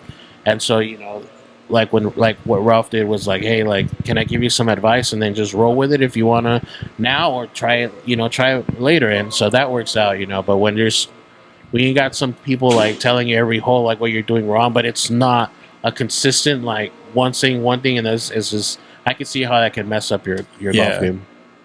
But to that being said, not everybody's a coach, but like not everybody needs to be a coach to see what's happening. Yeah. You know what I mean? Like how you helped your buddy. Like Scott, And it's a little tweak here and there, and it's usually ball setup that people, or it's ball setup where you're standing and then distance from the ball that creates a bad shot. And we don't see that when you're standing above it, but when you're behind it, you can see it. And or like when people are aligned way this way, and then they hit that way, and they're like, man, what the fuck? And it wasn't a fucking slice. You just went that way because that's where you were aligned. And you can't really say, hey, dude, you're aligned that way when they're in their setup. Yeah. You're going to fuck them up. But you're just like, dude, I'll never realign someone that I've only played with a handful of times. because Or first time ever. yeah, first time ever, something like that. So like, I have two examples, right? So like, Omar and Alex, the one you met over at the Exec. He has like long hair, right? Yeah. I played with the both of them long enough now. Omar, I don't do it as much because I know like sometimes he's working on stuff, but I'll let him know after a shot. Like, hey bro, like, were you intending to aim that way? Yeah. And he'll be like, yeah, I was trying to do this. Or like, no, actually I wasn't. I was like, okay, I'm just giving you a heads up. That's where you were aimed at. Alex, he and I have been playing for like almost 10 years now, and I know the way he plays. So I could be like, Alex, back off. I've literally played with him and be like, Alex, back off. And he'll back off and be like, what's up? And I was like, you're aimed at that tree when I know you want to be aimed at that rock. Yeah. And I'd be like, yeah, okay, cool. And then he'll reset. And it's the same way for him. He's played with me long enough where he knows he's one of the few that could be like, hey, Ralph, back off. And I'll be like, what's up? And he'd be like, this is what you're doing. And I'm like, okay. Yeah. So that's why I'm like, bro, you can't be that teacher or that coach, like, hole one, I'm going to fix your whole fucking swing. Like, nah. No, but then like sometimes too, you just got to learn how to take criticism. Yeah, you have to be coachable, definitely. Because it is positive. Everyone's trying to help you out. Yeah. But Yeah, I think most of the time, just people trying to help out. It's So just be like, okay, yeah, thank you. Yeah. If you don't want to hear it, Yeah. don't get mad. You know what I mean? Just be No, like, yeah. just like, yeah, thank you. Yeah, I'll implement that at the range. Yep. It's a good way to do it. Yeah. Because if you try to implement it at the round, we all know what happens. Just finish up the bad round. Yeah. Go to the range and work on what you got to work on. Yeah. Off the mats. Yeah, we got to bring Eric into this podcast Oh yeah, because he came up to me on Sunday. Not this past Sunday, but the other one. The one we were there, And yeah. he was saying like, "Hey, Mauro, show me your the podcasting." I was like, "Cool." He's like, "But I don't know. I believe everything you were saying." I'm just saying what works for me. So let's bring an actual coach out here. Yeah. Did he not believe the part about the mats? Is that what he was talking about? I don't know. He didn't specifically say anything to me, but he was like one of those things where like, well, I'm pretty sure. Obviously, he's a coach and instructor, so he knows a lot. So I'm pretty sure a few things we said, he was like, yeah, maybe you don't really like have the full visual of like what exactly is going on. So because on that video, it's not really on a mat. If you look at it, it's like a plastic board. It's like the mat without the grass on that video. Oh, So I think he's going off of that. Of that video. But like, it's only when you chunk on the mat that it pops up, Yeah. right? And when so that's like So- cheat code, right? Yeah. But when you hit it flush, and it's Right. okay. Yeah.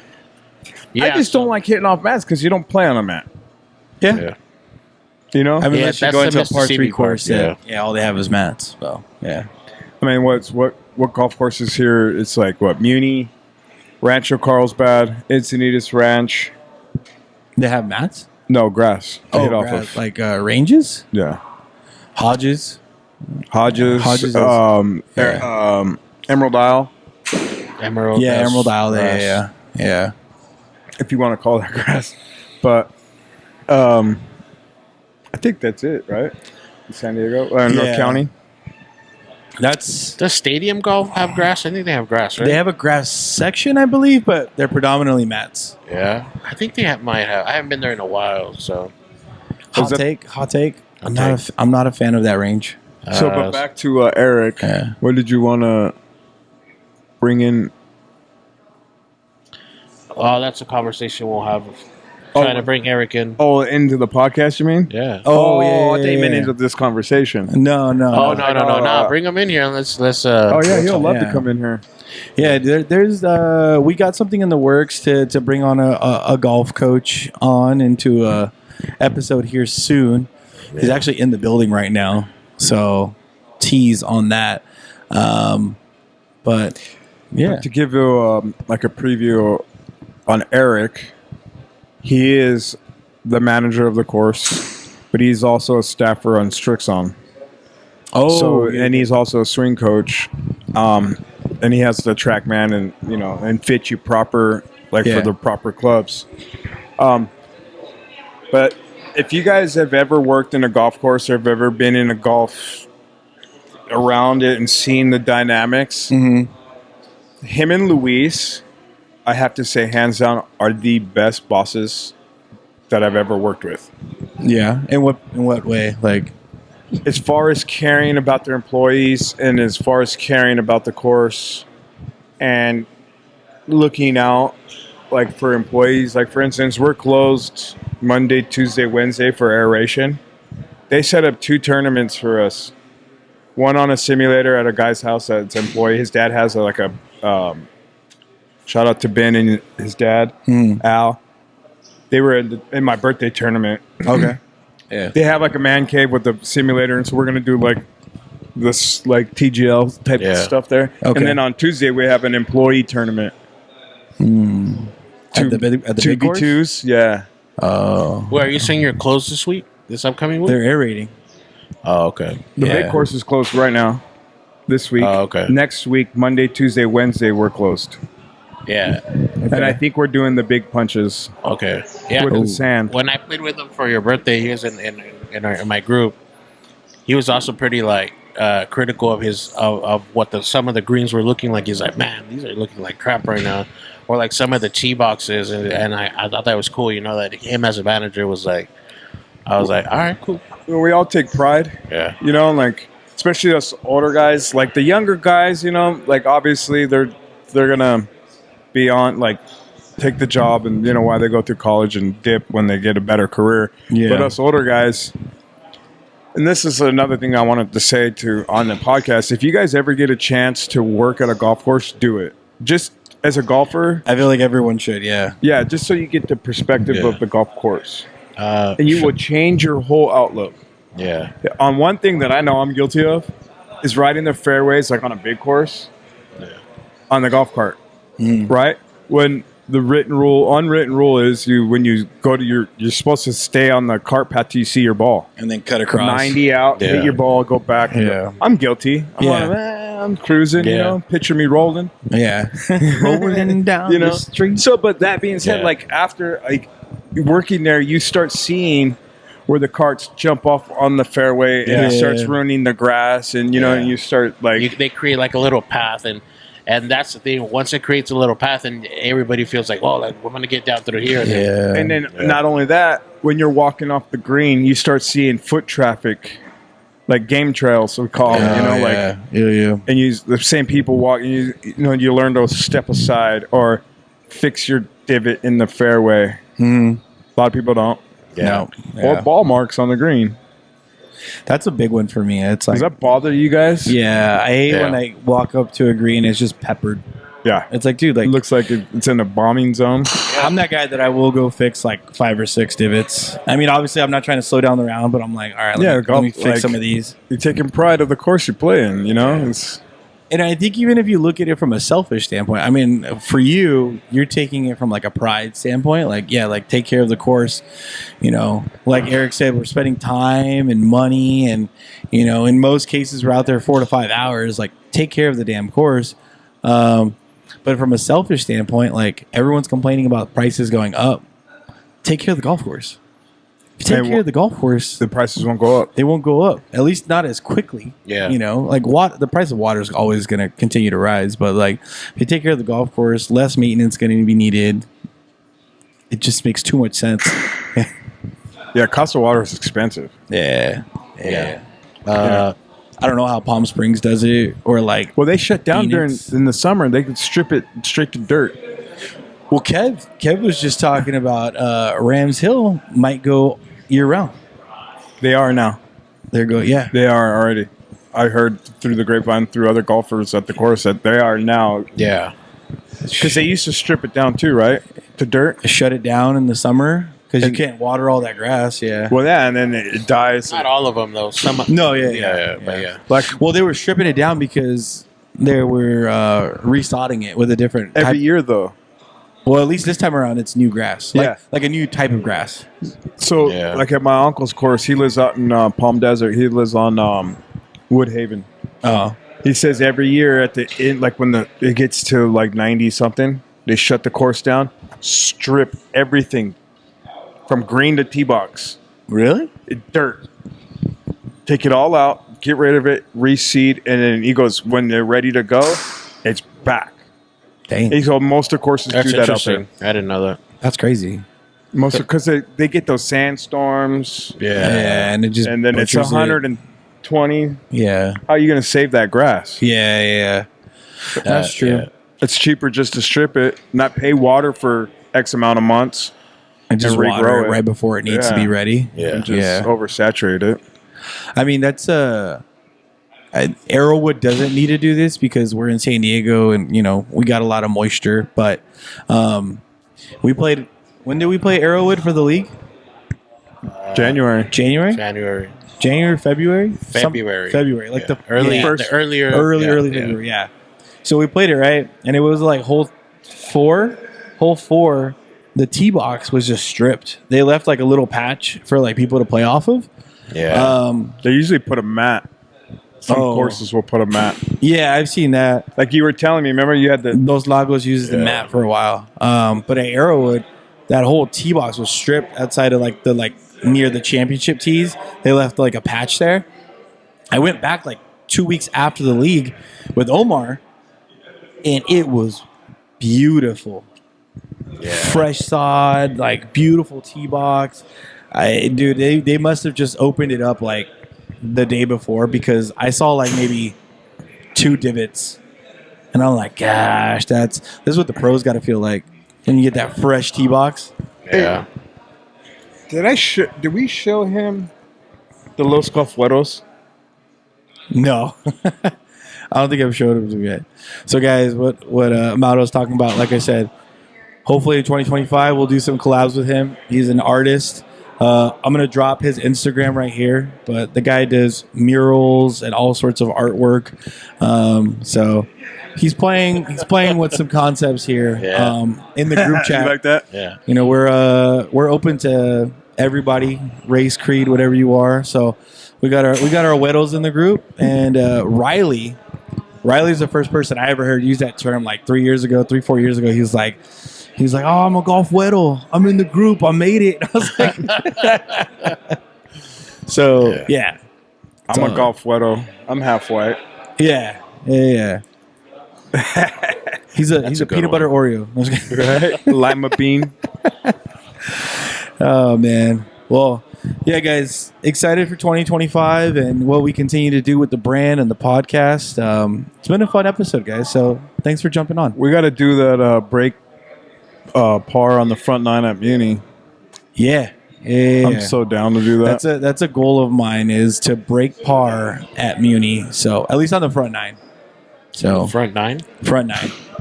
Back 9, it's a little tougher. Do you think you could get close? No, maybe no. Let's make that the wrap-up question for this pod is this year, what is your front 9 goal on any course? It could be Muni, it could be the Exec. Because you were talking about you want to improve, right? Yeah. So I think the first way to do it is attack one of the front 9s at a course you play a lot. Have you ever had goals in golf? Yeah, when I won that tournament up at Trump National, I shot 85, and at that point, till now, that's my lowest round ever. Yeah. And so I think I want to break that. That's my goal. Like break 85. That's a great goal. Do you give yourself individual goals per round? Like for instance, I give myself like when I was this 2024, I finally got a gin and got a handicap, and I gave myself goals. I started off with was 1 triple per round, and then besides that, it was 1 double per 9. Right, that's how I started off. Mm-hmm. And once I accomplished the no triple per round, I went to 1 double per round, and then bogey per 9, and that's where I'm at right now. Bogey per 9? Yeah. Okay. 1 bogey per 9. Yeah. But that's hard. It's really hard.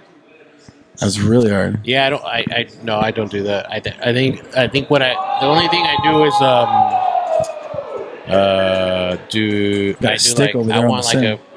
I want like 2 birdies per. That was for a par. Per 9. Do you want 2 birdies per 9? Yeah. That's your goal for this year? Yeah. Well, no, my goal is to break 85. That's 85. my goal.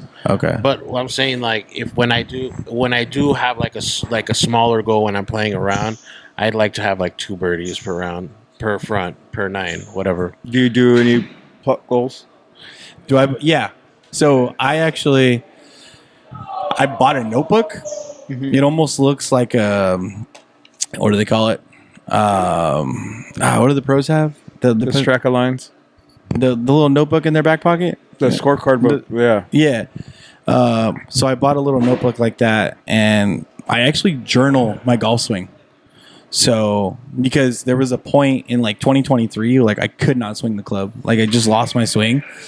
Then last year I had somebody help me. I got back into it, and he was teaching me like what to feel and what to like see at the top of my backswing. So like turning my hip, open face at the top, resting the club. So all of those little components. So now I journal my swing. It's like, okay, this is what I was feeling to get to those positions. And if I'm not feeling it, why? Yeah. And so I'll journal it, and then also I'll write goals. So like right now my goal is to like consistently hit 300. So that's working on swing speed. Average a 2-putt around.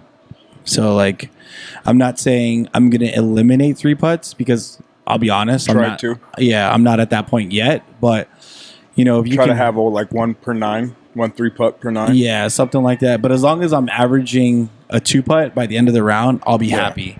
So yeah, those are mine right now. So like I gave you guys mine, like as far as I'm down to 1 bogey, but then I also have goals at the driving range. Okay. Like when I go to a driving range, I give myself a target, like a fairway. And then I hit my first wedge. I have to hit 5 balls in my fairway before I can get to my next wedge or next club. Yeah. Right? And then I start like I have to hit so many draws or try to, so many fades, you know what I mean? And then work on different things at the range, and like give yourself a goal. Like I was going somewhere with it and I totally forgot. Damn, it sucks. It's a good goal to have. No, I was going off of what you were saying, but because it's. Sorry, You're good. You're good. Well, I do that at the. I was about to say I do the same thing. Like as far as like I imagine a range, and I got that from my friend Darren. So when I was trying to like build up my swing when I got back into golf, I would just swing. Yeah. And he's like, "What are you doing?" I was like, "What do you mean?" He was like, "What are you doing?" Right. And I'm like, "I'm swinging." He's like, "No, what? Like, what are you aiming for? What are you doing? Like, what's your thought process?" Yeah. And so he was like, for me, I create a fairway from that flag to that flag. That's my fairway. Yeah. And I was like, "Oh shoot!" He's like, "Move it." And then move it. Yeah. So like create new fairways. Yeah. And so like when I go to the range, I create a fairway in my mind, and then I create holes in my mind. So I'm like, okay, I got to get to that flag, and then from there I'm going to get to this flag. You play par 3s and 4s. I play 3s, 4s, and 5s in my head, and I even do that prior to a round. I played Torrey last year, North Course. I pulled up the scorecard and I pulled up a map, and I was like, okay, cool. Like I want to hit 230 to this spot to leave me a 140 shot. So I will hit my driver, and I go, okay, was that 230? Was that like 250? What did I hit it at? Okay. Now I should have about 130 left. So I'll play that out, and I'll try. And if I mess one up, I'll do it again. Right. It's like hit the shot again, and get more consistent. So back to what I was going to say is my buddy Chris from work, his buddy Tyler, he's in a JC golf team. Mm-hmm. At the driving range, his coach calls out, hit a hosel, hit it off the toe, hit it off the center. And then it's called finding the face. It's club awareness. Yeah.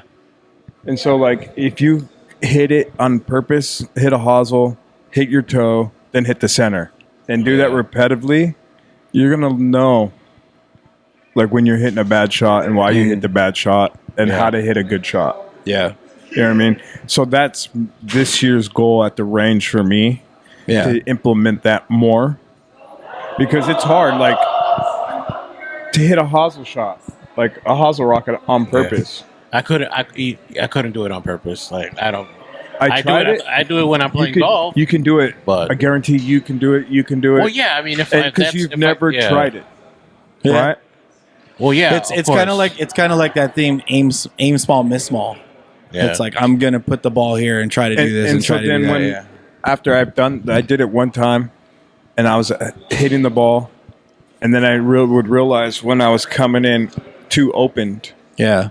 And then you try to make it up, like with a chicken wing or, you know what I mean? Like lifting up or doing something dumb.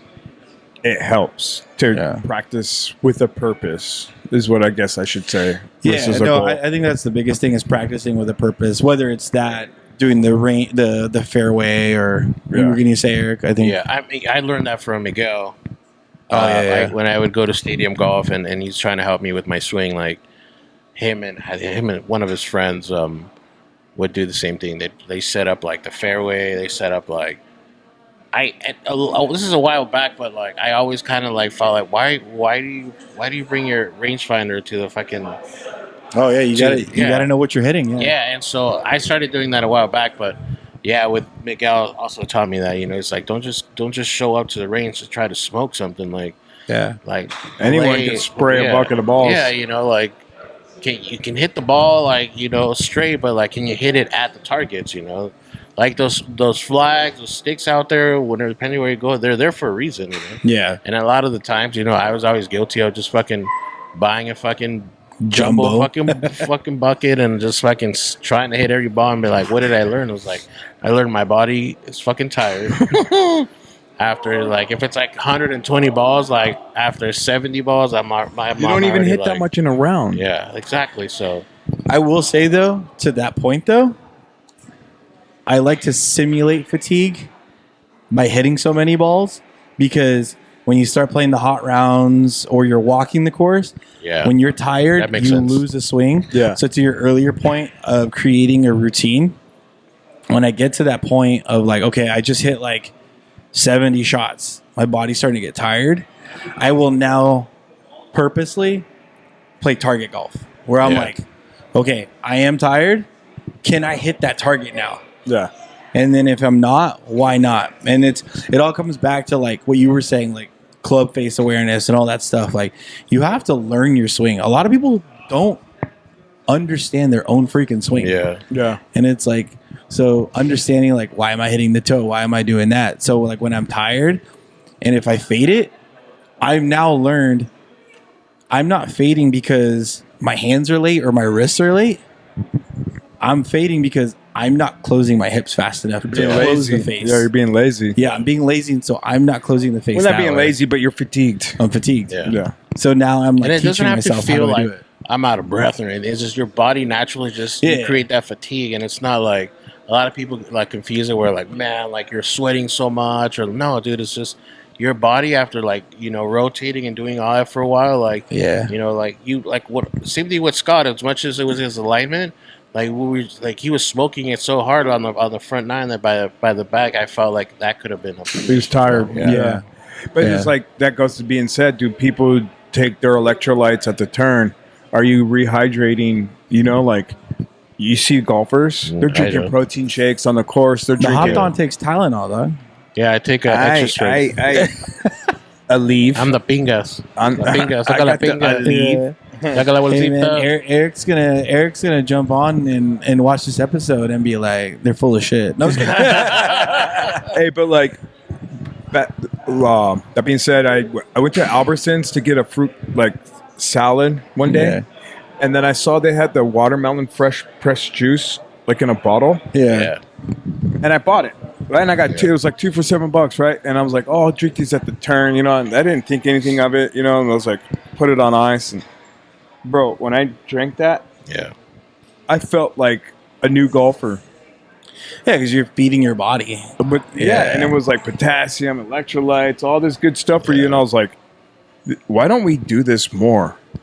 Why don't we take care of our body on the course more? A lot of guys just want to go out there, crack some beers, and smoke a stogie. Yeah. Or a I mean, you can left-handed still cigarette. I'll buy a coconut water from Costco and and then I'll mix my water with coconut the coconut water, and that's my. I could drink it straight, but I usually do that before I go to sleep. If I drank a lot the night before, before I go to sleep, I don't do Gatorade because it's like the sugar is also too much.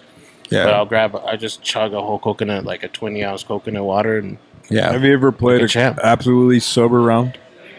Yes, I actually started playing more sober than because I was like, first of all, my game is not that good a while back, and like also I was drinking while playing, and I was just like, well, I mean, I'm at fault for everything, so it wasn't, so I started playing more rounds without drinking. I still drink every now and then, but 100%. I do it like from time to time, like drink. So when I first got back into golf, that very first round, I like blacked out. Oh yeah, I went crazy. But like when I got more serious about my game and stuff like that, like if I go out to like really put some work in, I don't want to drink. Right.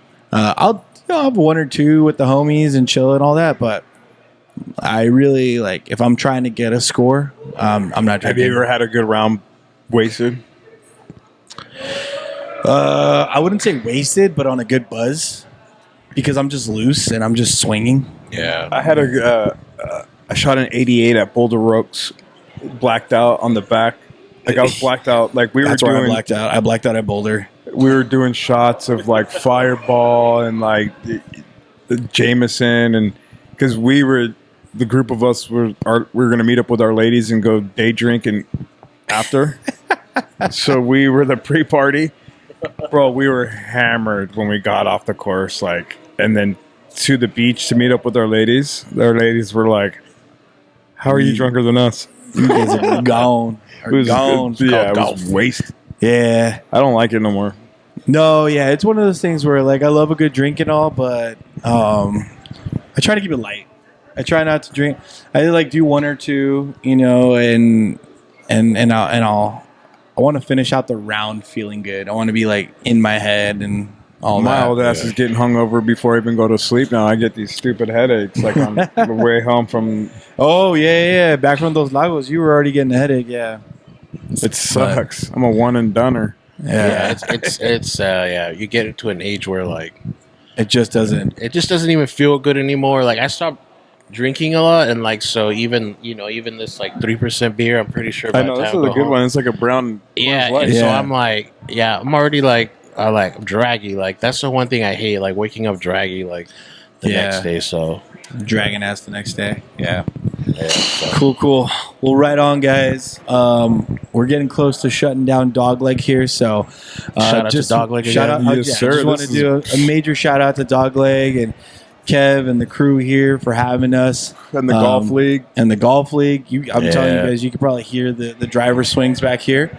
But HopDon, Mauro, just want to thank you guys for being on the pod. Yes, sir. It was a lot of fun. We'll do some more. So stay tuned for the collab that's coming. We'll be doing some keeping collabs. a tight-lipped seal right now, but exactly, bro. Exactly. So with that, salud, mujeros. Salud.